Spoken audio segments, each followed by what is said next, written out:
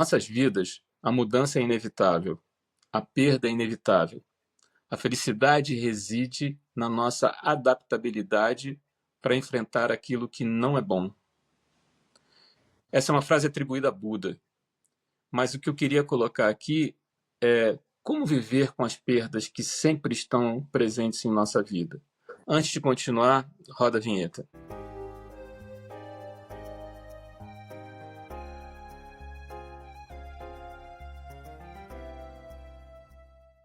Fala, Fran.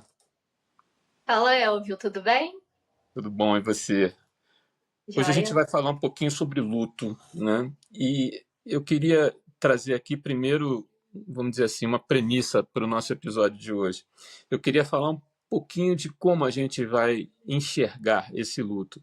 A gente vai enxergar o luto como uma perda. E essa perda dentro de um processo psicanalítico. A gente pode estar falando de uma perda de um ente querido, a gente pode estar falando numa perda em um relacionamento, ou até do nosso próprio objeto do desejo. Eu não queria que essa conversa de hoje, né, e a gente já comentou isso um pouco antes de começar a gravação, que ela tivesse uma pegada negativa. Eu queria que a gente enxergasse o luto como um processo relacionado a essa perda, né? E a gente não vai dar aqui um caminho das pedras. A gente vai simplesmente mostrar que sempre existe um caminho que pode ser seguido quando a gente chega em um momento de perda e que a gente pode transformar esse momento em um momento melhor. Para contextualizar, eu queria trazer aqui as fases do luto. Eu sei que muita gente já sabe, já conhece quais são essas fases, mas é por aí que a gente vai começar a conversa de hoje. As fases do luto são a negação, a raiva, a barganha, a depressão e a aceitação. Vamos dividir um pouquinho isso aqui, Fran. Começa falando um pouquinho dessas fases do luto e a gente vai dando continuidade com os comentários. Claro. Então, eu vou falar primeiro da negação. A negação em si é um mecanismo de defesa que a gente utiliza na nossa vida, não somente quando a gente está passando por um luto, mas também em outras situações. Então, o que acontece? Quando a gente perde alguma coisa, como você falou, não somente uma perda no sentido da finitude da vida, né, que é o luto que geralmente a gente pensa, mas quando a gente perde qualquer coisa que a gente realmente gosta, nutre um afeto, a gente passa por esse luto. De uma forma mais intensa, de uma forma menos intensa, mas a gente passa por essas fases. E a negação é o que fala realmente a palavra, né? É aquela parte no qual é como se a gente não aceitasse que aquilo estaria acontecendo. A gente nega que aquele problema existe. A gente sabe que ele existe conscientemente, vamos dizer assim, mas o nosso inconsciente, ele fica tentando negar que aquilo aconteceu. Na nossa cabeça é como se esse acontecimento não tivesse sentido.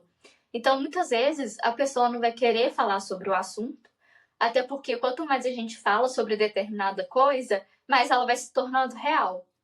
Então, isso talvez seria o processo oposto da negação, entre aspas, vamos Exato. dizer assim, né?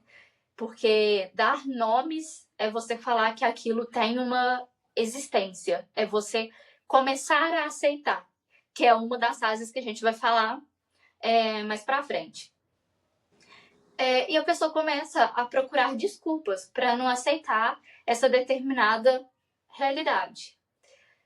A outra fase, né, que você mencionou, seria a raiva. Então, a raiva é aquilo que a gente começa a ficar revoltado com o que aconteceu. Por que isso aconteceu? Por que eu perdi determinada pessoa tão cedo? Por que essa pessoa foi embora? E a gente fica com raiva, às vezes, da pessoa que nos deixou, fica com raiva de diversas coisas. E também é uma fase importante para a gente também colocar para fora aquilo que a gente está sentindo. Então a gente começa a chorar, a gente também pode perder o apetite, a gente pode perder o sono, Dependendo da pessoa também pode aumentar o apetite, né? Vai depender aí do funcionamento de cada um, né? Mas aí o nosso corpo vai dando respostas e a gente vai ficando assim, extremamente com raiva das coisas que vão acontecendo, vem surgindo dentro da gente essa emoção que também é importante que a gente sinta. Como a gente já falou no episódio de emoções negativas, é importante que a gente também sinta essa raiva no momento certo para que a gente consiga passar por esse processo de luto, né? Fran, deixa eu te interromper um instantinho. É, vou fazer uma pergunta aqui que eu já sei qual é a resposta que você vai dar, mas é importante para as pessoas perceberem. Essas fases do luto, elas acontecem obrigatoriamente numa mesma sequência? Começa pela negação, passa pela raiva. Como é que é isso? Uhum.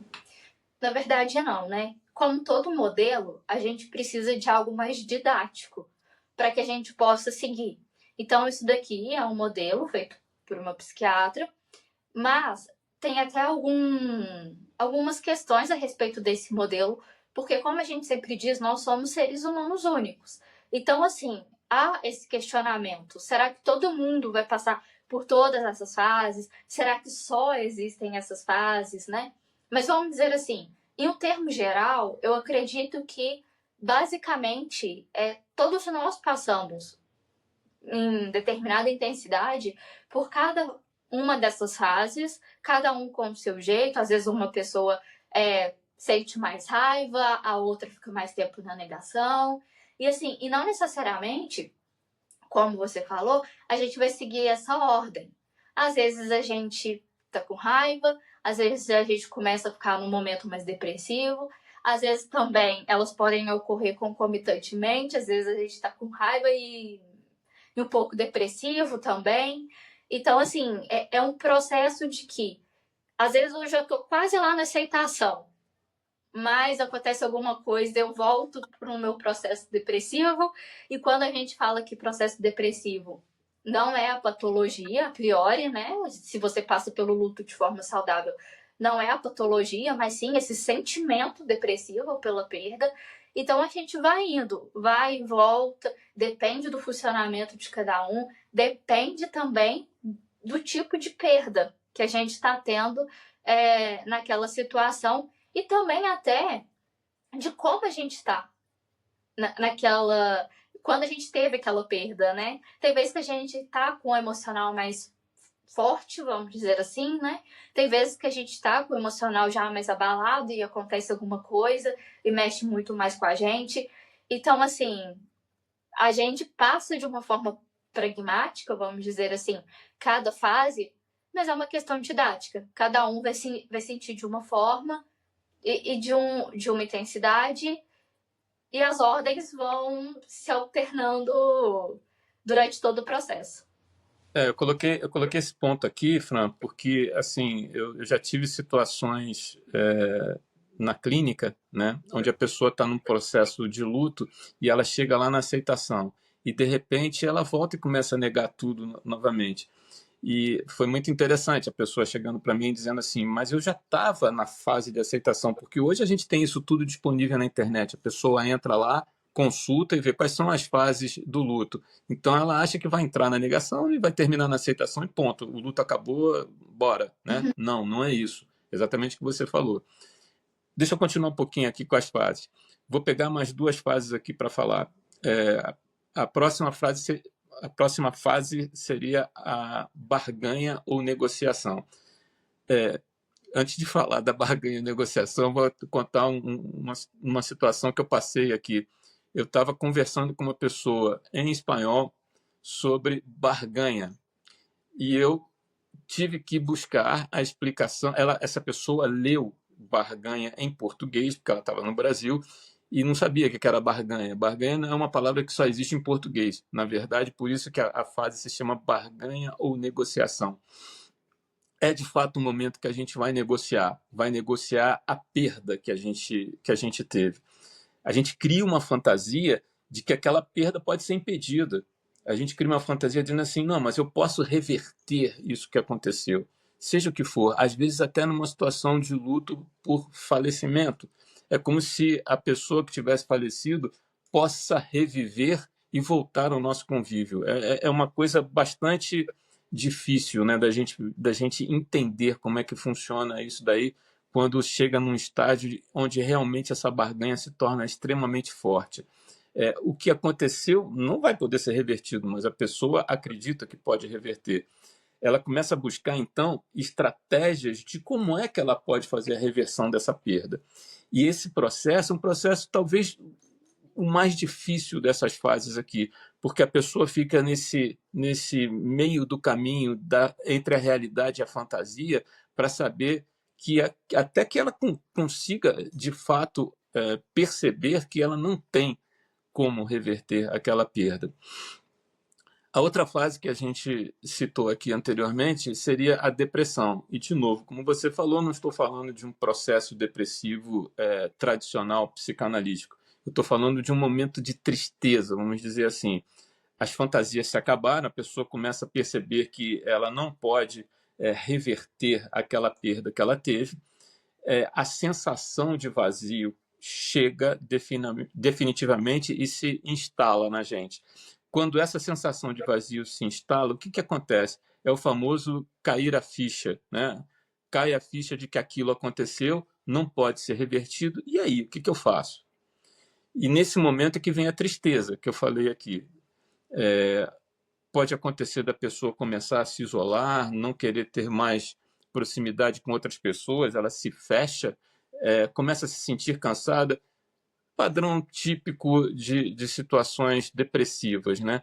Até que ela chega a uma crença momentânea que aquela tristeza que ela está sentindo, aquela melancolia, será eterna, né? Existe essa sensação que pode chegar para a pessoa. Ela está dentro de um processo de tristeza que ela acha que ela nunca mais vai sair dali. E isso não é a realidade. Isso vai acabar tendo um fim. Mas vamos chegar lá na aceitação, Fran. Fala um pouquinho daquele fechamento tão esperado dentro do processo de luto, que é a próxima fase, que é a aceitação. Antes de adentrar na aceitação, eu só queria falar um pouquinho da barganha ainda, que eu acho que tem uma coisa também que é importante. Que eu falo que a barganha é a fase do e se. Não necessariamente também a pessoa vai querer. Ela sabe que não tem jeito de reverter aquilo. Só que, por exemplo, ela perdeu uma pessoa, essa pessoa não vai poder voltar. Mas ela pode começar a se questionar: e se eu tivesse feito isso?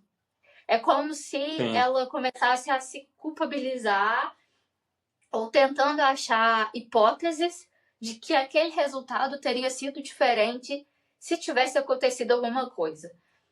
Ou também, por exemplo, nossa, mas se essa pessoa tivesse cuidado da saúde, se essa pessoa tivesse feito isso, então fica muito nesse e se, nessa criação de hipóteses de que a consequência teria sido diferente se a pessoa tivesse feito alguma coisa diferente, ou se eu tivesse feito alguma coisa diferente por essa pessoa, ou pelo que eu perdi, né? Não necessariamente só a pessoa, mas qualquer objeto de desejo, de afeto, enfim. Deixa eu te interromper só um pouquinho, falando de um caso que eu já atendi, exatamente isso que você está falando. Eu tive uma pessoa que eu atendi que ela estagnou na culpa. Ela interrompeu o processo de luto, ela estagnou na culpa, ela ficou um tempo imenso nessa culpa, a ponto de adquirir doenças psicossomáticas.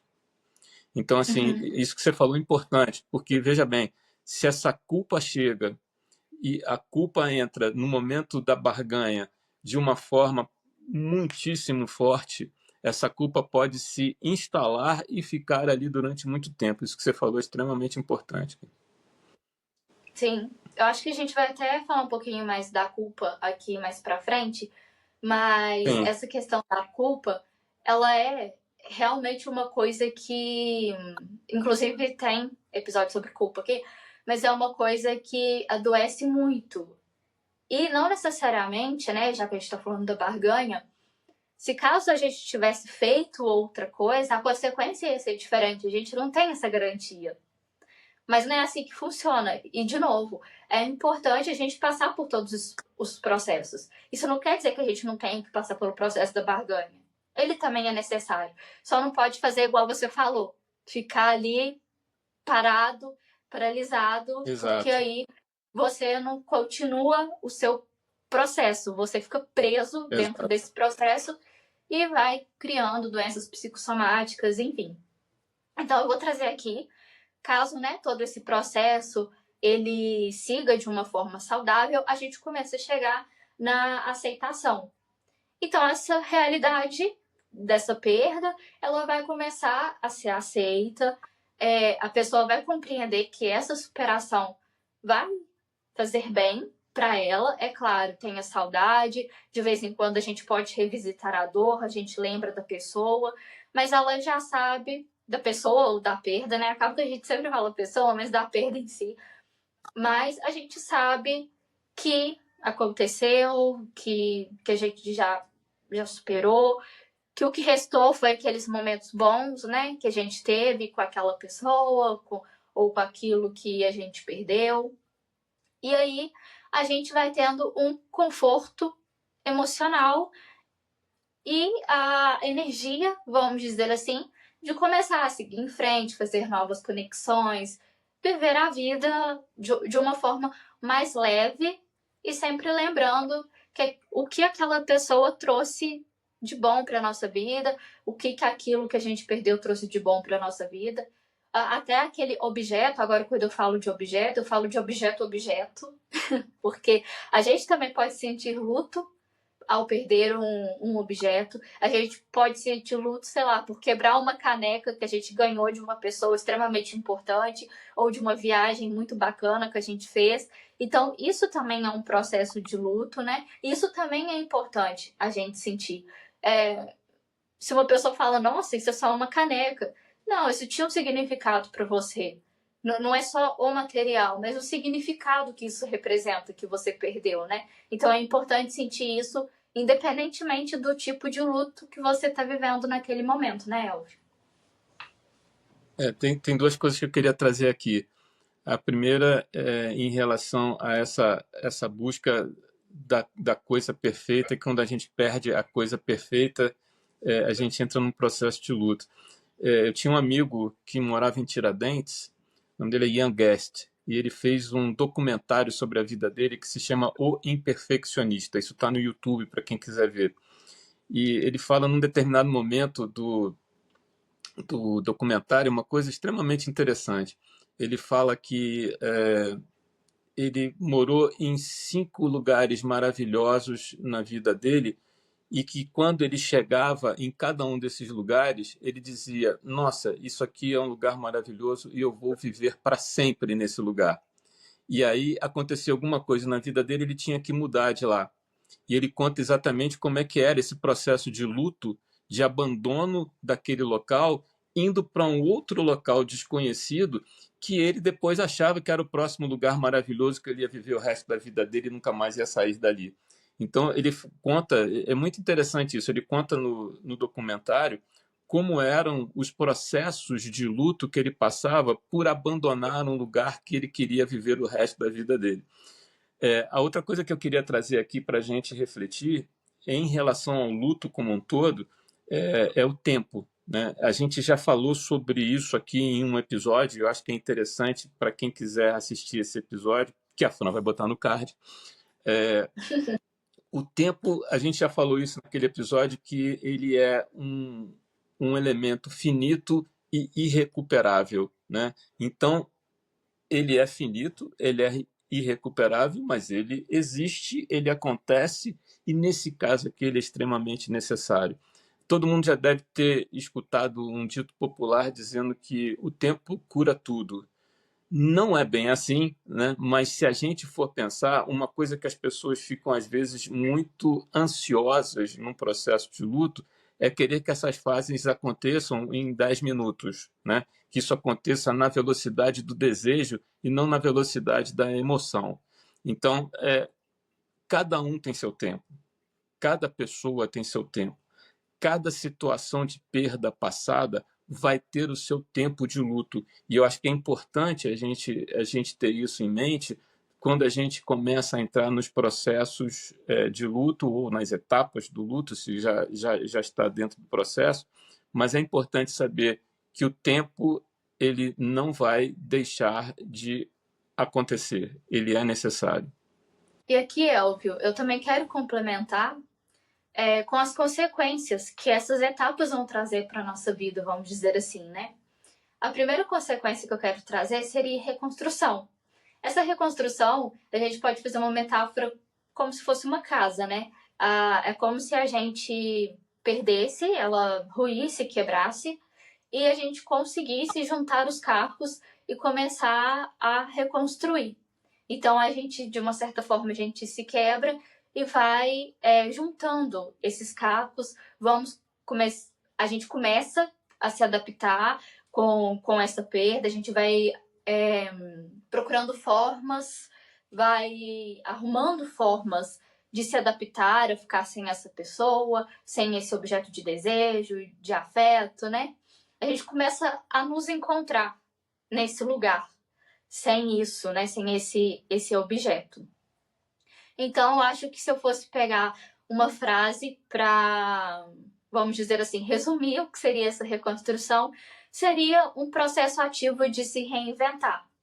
Então, toda essa energia que a gente colocava numa dor por ter perdido algo, começa a ser colocado para a gente nos reinventar, para a gente juntar esses cacos e continuar com a nossa vida.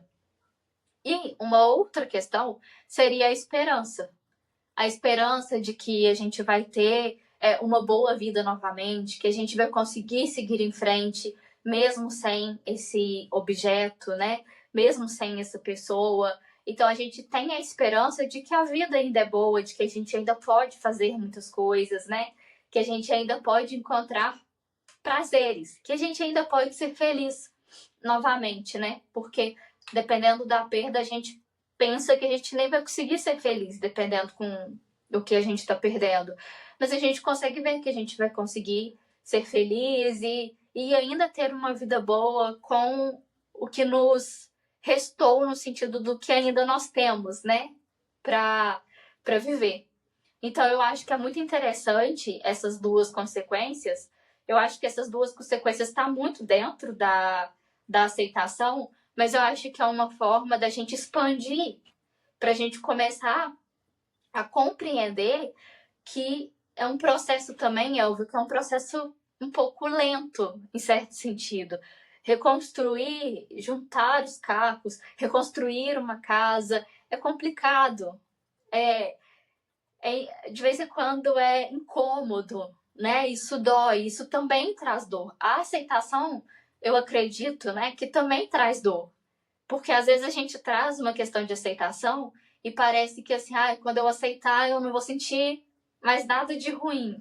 Vamos dizer assim, nenhuma emoção negativa, melhor dizendo. Mas ela também traz um incômodo, ela também traz uma dor, mas é um incômodo de mudança, de que a gente vai para frente, de que a gente consegue ir para frente e lidar com toda essa dor que a gente passou. É exatamente o ponto que eu queria pegar, porque veja bem, eu falei lá no início que eu queria enfocar todo o processo de luto de uma forma, eu não vou dizer que de uma forma positiva, mas de uma forma otimista, né? Vamos dizer assim, que normalmente a gente sempre fala do luto de uma maneira meio sombria. Eu queria ir para o outro lado desse muro aí, né? Queria falar de uma forma um pouco mais positiva, um pouco mais otimista.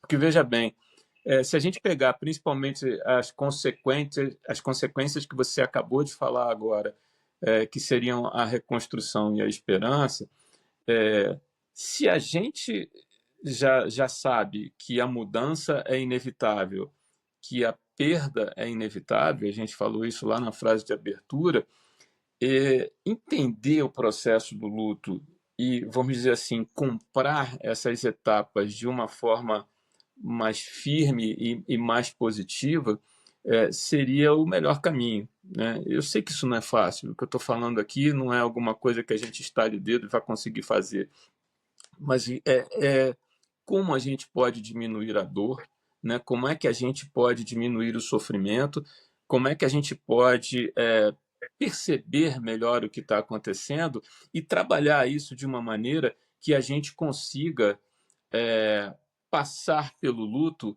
extraindo justamente o que a gente falou nessas consequências que seriam a reconstrução e a esperança em relação a tudo aquilo que aconteceu. Então, eu vou começar a trazer aqui como lidar com o luto. Claro, não é uma fórmula mágica, como diz o Elvio, não é uma receita de bolo, mas é algo que a gente já pode estar trazendo aqui para você começar a colocar em prática e começar a passar por esse processo de uma forma mais saudável. Mas antes, eu gostaria de falar com vocês que, inclusive nesses últimos episódios do nosso podcast, a gente sempre está trazendo essa dinâmica de explicar o porquê determinada por que a gente sente determinado sentimento, enfim, e depois a gente sempre traz isso, algumas coisas mais práticas, vamos dizer assim, de como a gente pode lidar. Então, assim, olha aqui, eu vou deixar aqui no card todos os nossos episódios, vou deixar a playlist, porque se você se identificar com algum tema, alguma coisa, vai ter sempre alguma dica, alguma coisa de como que você vai poder lidar com esse sentimento. E comenta também aqui pra gente nos nossos vídeos, né? Coisas que vocês fazem também para lidar com esse tipo de sentimento, que eu acho importante, né? Quanto mais coisas a gente trouxer, mais a gente fortalece essa comunidade e a gente vai ajudando um ao outro. Enfim, vou começar aqui com as formas de lidar com o luto. Eu acho que a primeira questão é uma das mais importantes, que é uma das coisas que a gente sempre fala, em vários episódios a gente já falou sobre isso, que é a gente realmente sentir. Nos permitir sentir, mesmo que esse sentimento não seja um sentimento que a gente considere bom, vamos dizer assim, bom no sentido de prazeroso, né? Mas é bom que a gente sinta para que a gente passe de uma forma saudável por esse processo. Então, por exemplo, permita-se ficar triste. Essa pessoa está fazendo falta, esse objeto está fazendo falta, né? Tem um tipo de luto que eu acho que é um luto que dói muito, que é quando a pessoa vai embora, mas ela ainda está viva. Porque é uma escolha da pessoa ir embora e a gente se sente muito desamparado nesse sentido e vem vários questionamentos: por que a pessoa vai embora? O que eu fiz?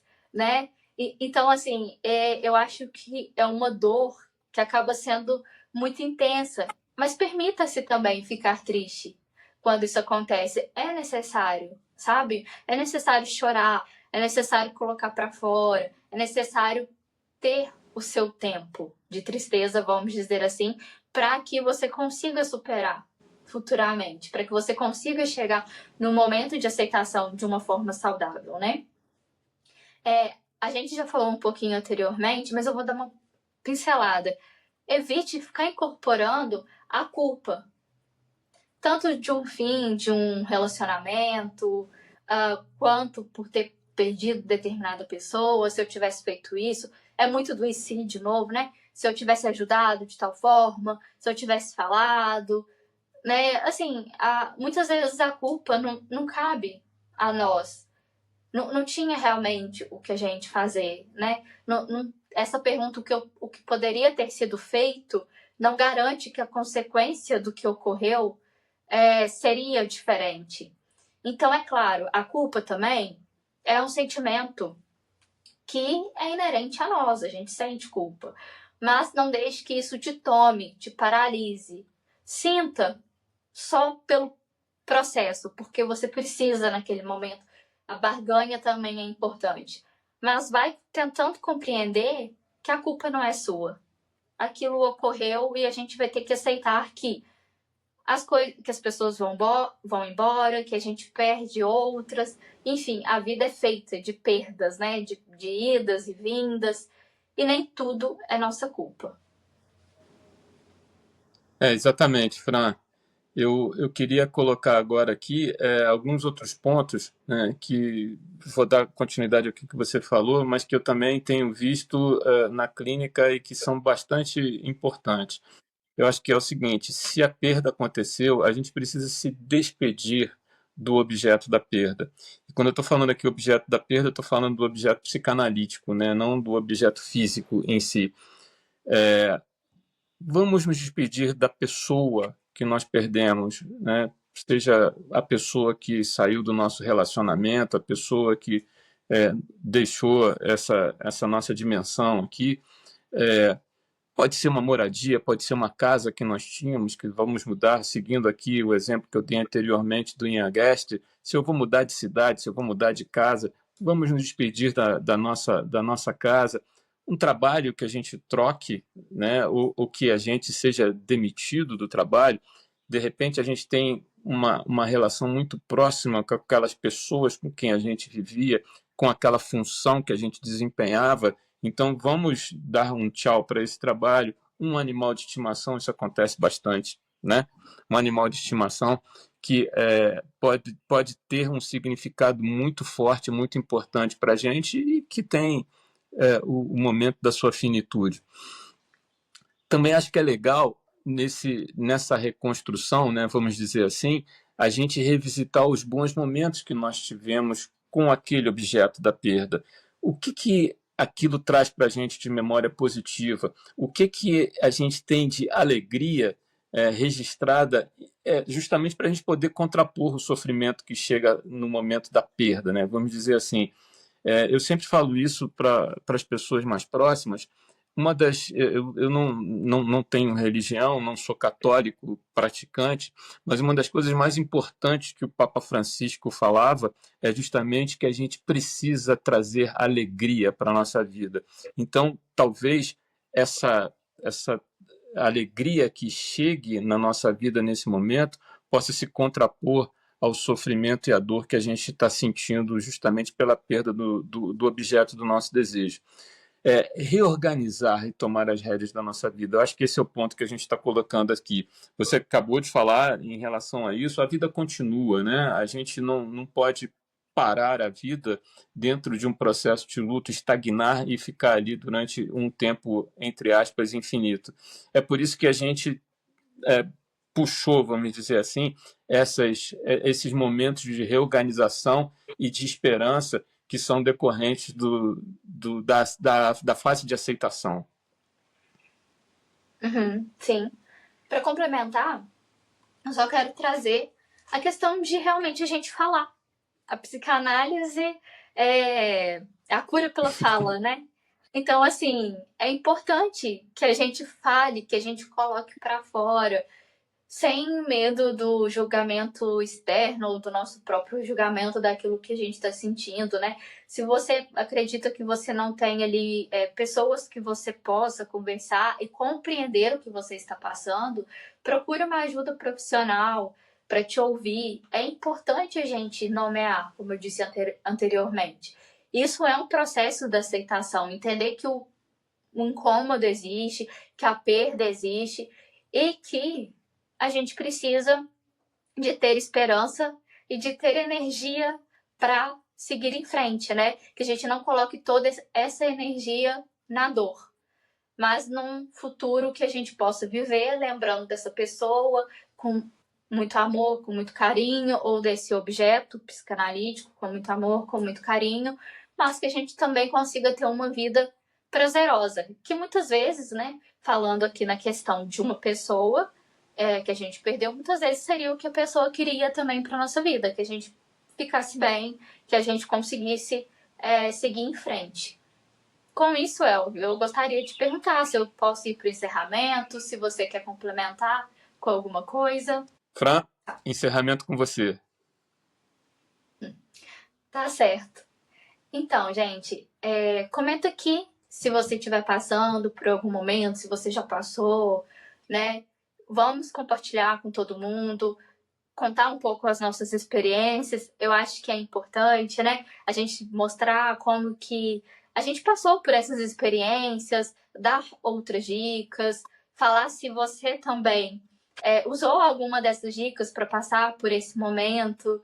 Enfim, e se você vê que esse processo de luto já está um pouco demorado, que isso está atrapalhando as outras esferas da sua vida, manda uma mensagem pra gente no particular.